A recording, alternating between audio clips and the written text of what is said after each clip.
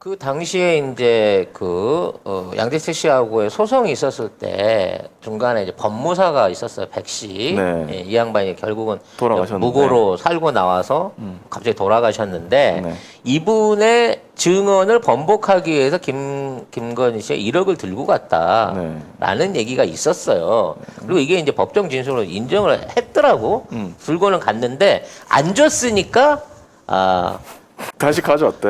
위증 요구는 아니다라는 거지. 가서 보여주기만 하고 그냥 갖고 왔으니까 아니라는 뭐지? 건데, 자, 당신이 위증을 하면 이 돈이 네 거예요 하고 갖고 왔을 수도 있는 거고, 네. 자, 이런 거 나중에 위증만 잘해주면 10개 줄게요라고 얘기할 수도 있는 거잖아.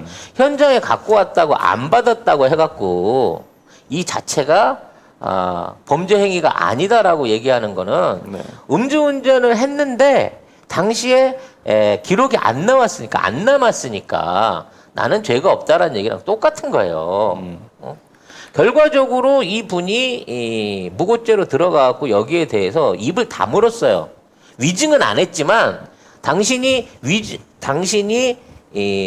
그런 그 중간에서 서류를 쓰면서 조작을 했지라는 걸 인정하고 감옥에서 몇 년을 살고 나왔다고.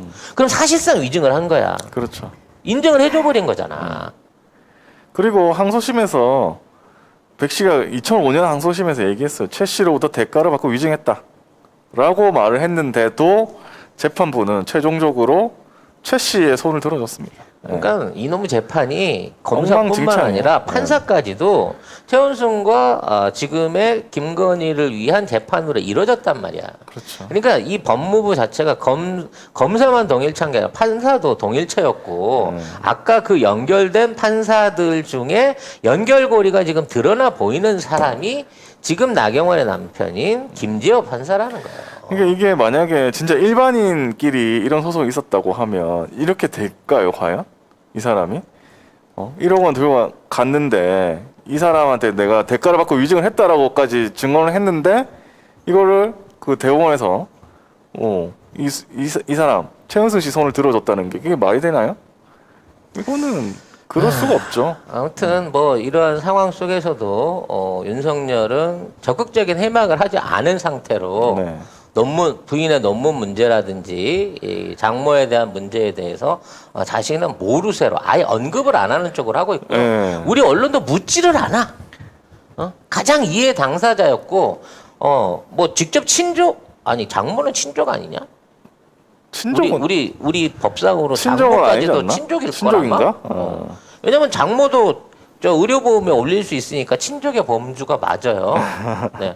그러니까 자신의 연결돼 있는 친족들 간에 일어났던 범죄 상황이고 누가 봐도 윤석열이 영향을 미쳤을 것으로 보이는 사안에 대해서 입을 닫고 있는 건 제대로 된 검증의 태도가 아니라는 거지. 사실은 물어보는데 대답을 안 하거든요, 윤석열이. 근데 사실은 생각해 보면 조국 전 장관 뭐 의혹 같은 거 있을 때 기자들이 물어보고 그거 대답 안 하면 기사 안 썼습니까? 다 썼어요. 말을 하더라도 지어갖고 썼잖아. 지어가지고 쓰고 그 뭐 교수 찾아가고 뭐 옆에 주변 사람들 다 들쑤시고 다녀가지고 그 사람들 결국 다 법정에 섰습니다. 편의점 기계에서 5천만 원 송금했다는 이런 기사들부터 시작해가지고 온갖 가짜 기사들 낸 애들. 윤석열한테는 그게 하나도 안 통해. 순서만 기다려봐. 기다려봐. 어떻게 이러냐? 세상에. 겨우 한다는 얘기가 흥청망청 안 합니다. 술 마시고 술 마시는 거 싫어한다고. 라는 얘기밖에 없었죠. 네.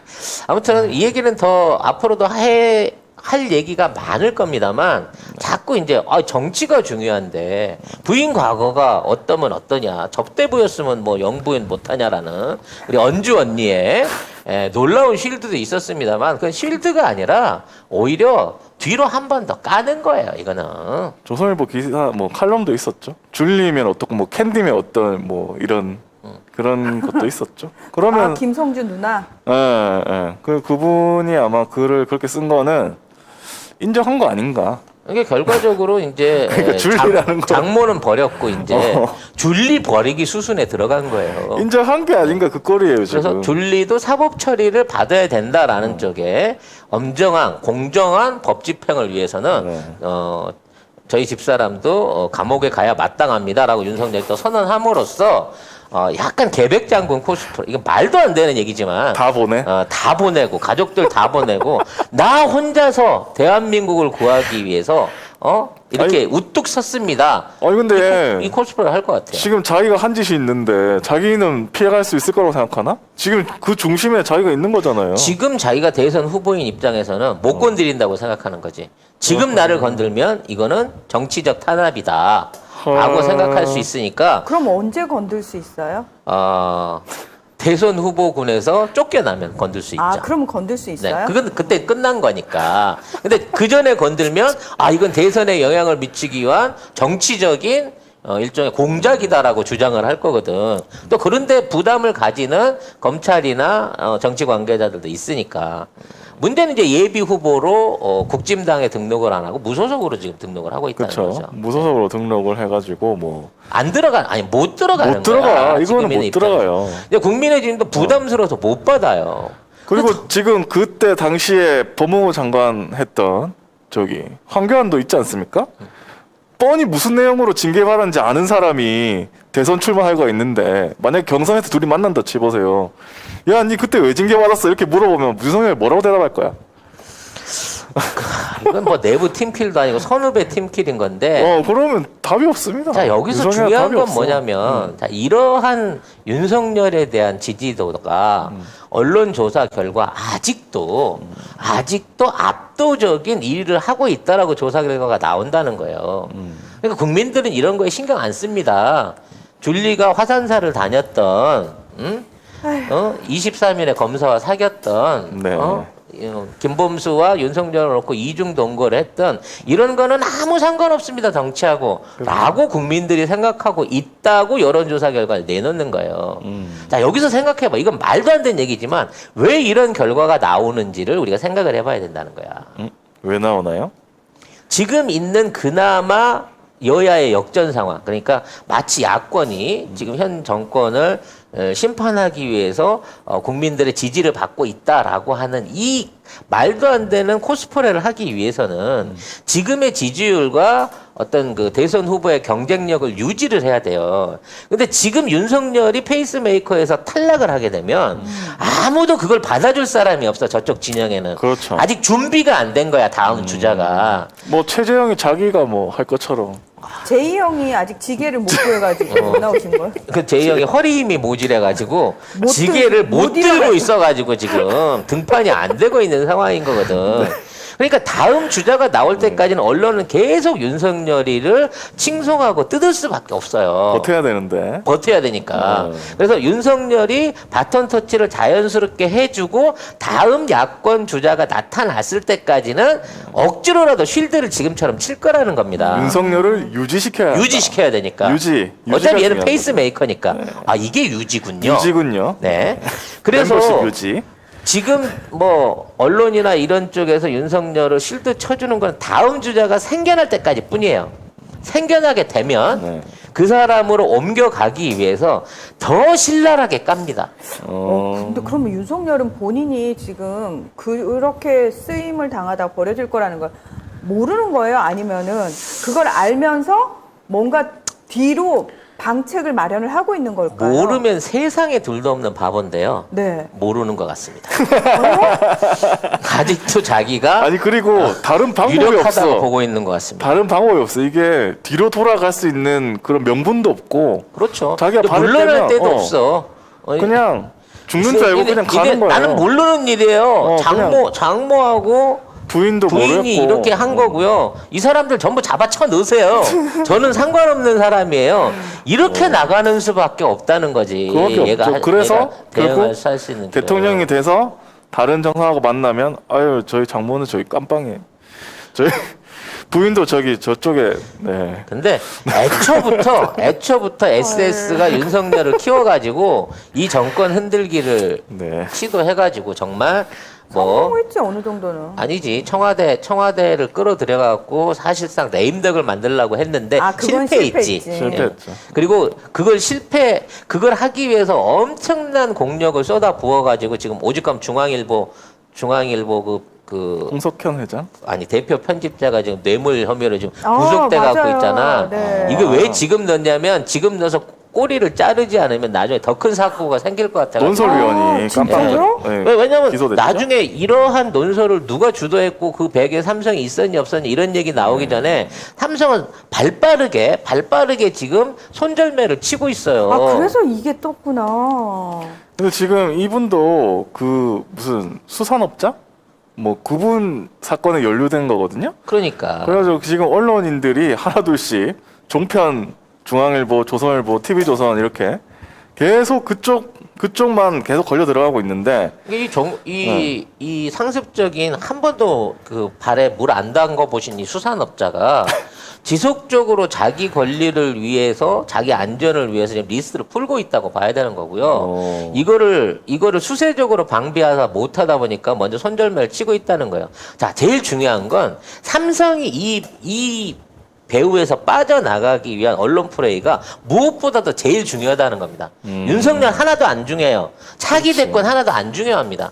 삼성하고 연결돼 있다고 하는 이런 게 검찰하고 삼성하고의 커넥션이 드러나게 되면 삼성은 일단 지금 연결돼 있는 삼바 사건부터 원점에서 다시 시작해야 되고요.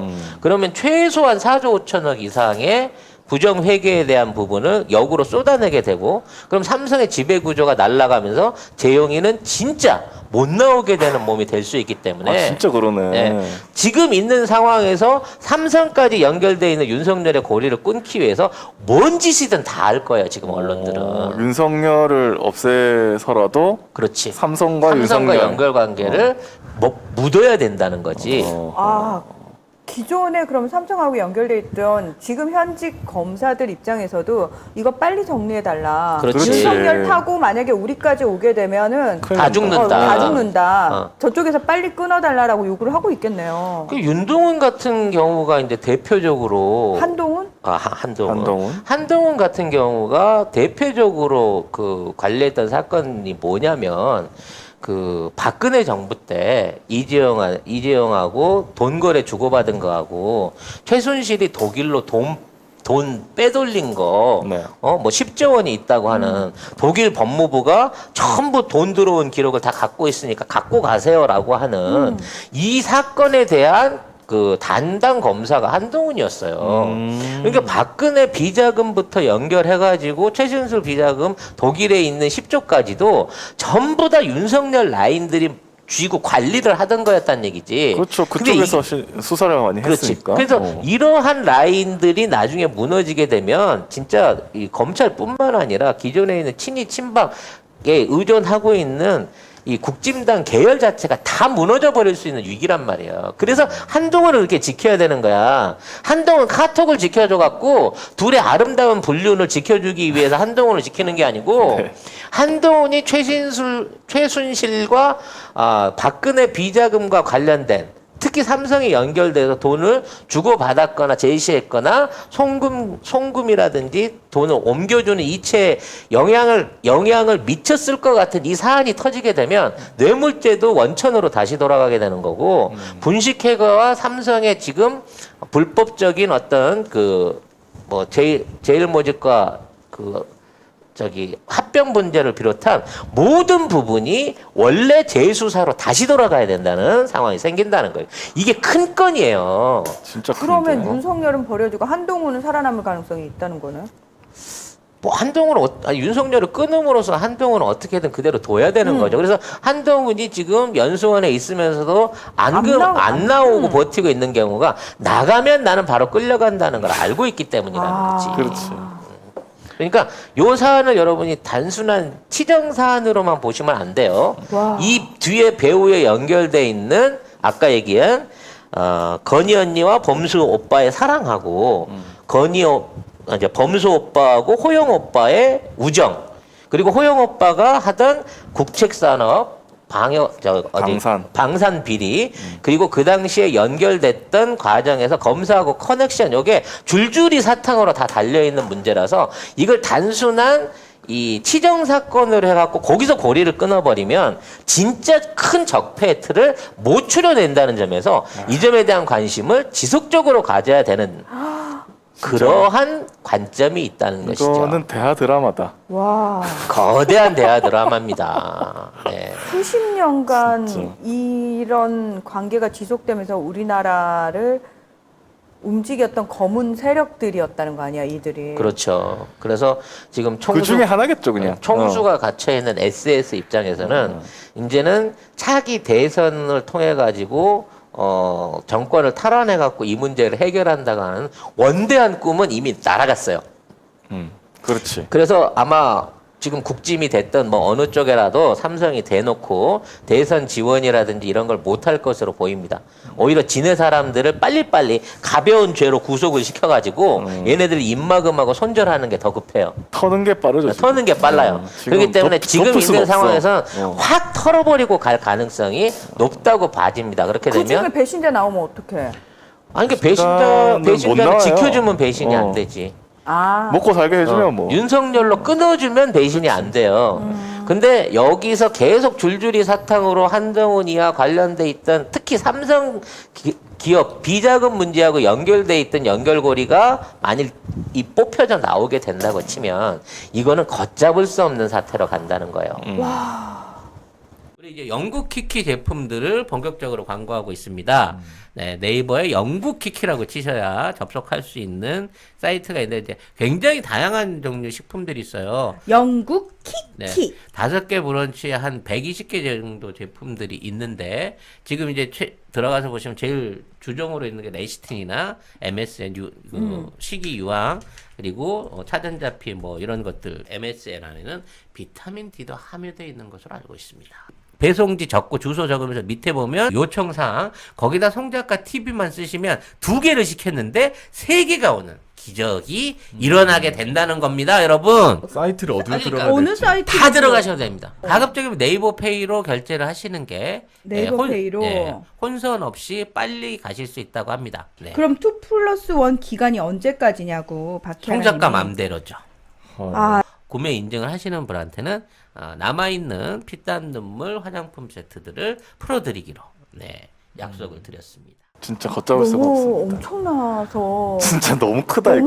너무 엄청나서. 자, 여기까지 오늘의 대나무 숲을 아, 그래요? 정리를 하도록 하겠습니다. 이거는 송 작가의 얘기다. 네, 라고 이해를 하시고요. 썰입니다, 썰. 네, 여러분. 썰입니다. 나나 되니까 이렇게- 임금연기는 당나귀기 뭐 줄리의 기술은 주짓수 이런 얘기 내가 할 수 있는 거야. 그러니까 여러분들이 저한테서만 듣고 다른 데 가서는 절대 많이 알리도록 하십시오. 네.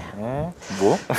네. 많이 하려고요? 그러니까 듣기는 이제 저한테 들었다고 하지 마시고 다른 데다가 내가 대나무 숲에 가서 이러한 메아리를 들었다. 이러한 울림을 들었다는 얘기를 네. 많이 해주시기 바라겠습니다. 자, 다음은 잡혀가는 거 아니에요라고. 내가 네, 걱정하지. 대나무 숲인데 공식적인 방송도 아니고 남들이 하는 얘기에다가 이랬을 것 같다. 나는 그렇게 생각한다고를 보탠 건데 이 모든 게 다 이게 다 소설입니다. 죄가 소설. 되나요? 이게 소설입니다. 그렇죠. 여러분. 예. 그리고 억울하면 거기에 대한 검증은 검찰이 하세요. 아니라는 증거를 가지고. 아니라는 증거를 갖고 와서 저를 무고로 잡아쳐 넣으세요. 네. 아니 소설 활동도 이렇게 못하면 어떡합니까? 예? 우리가 시나리오를 한번 써보는 건데. 시나리오를 너무 엄청나게 대하 드라마를 쓰셔가지고요. 처음에 얘기는 사랑을 잊고 엄마의 욕망에 자신을 희생한 심청이 줄 같은 알았어요. 뺑덕 엄마 밑에서 자란 심청이 같은 아름다운 러브 스토리를 쓰려고 했으나 네. 심청이가 벤심을 때리고 난 다음에 국모가 되잖아요 나중에 그래갖고 이제 뺑덕 엄마를 비롯한 자기 오빠한테 엄청나게 이제 복수를 하게 되거든요. 아 이게 뭐야 갑자기.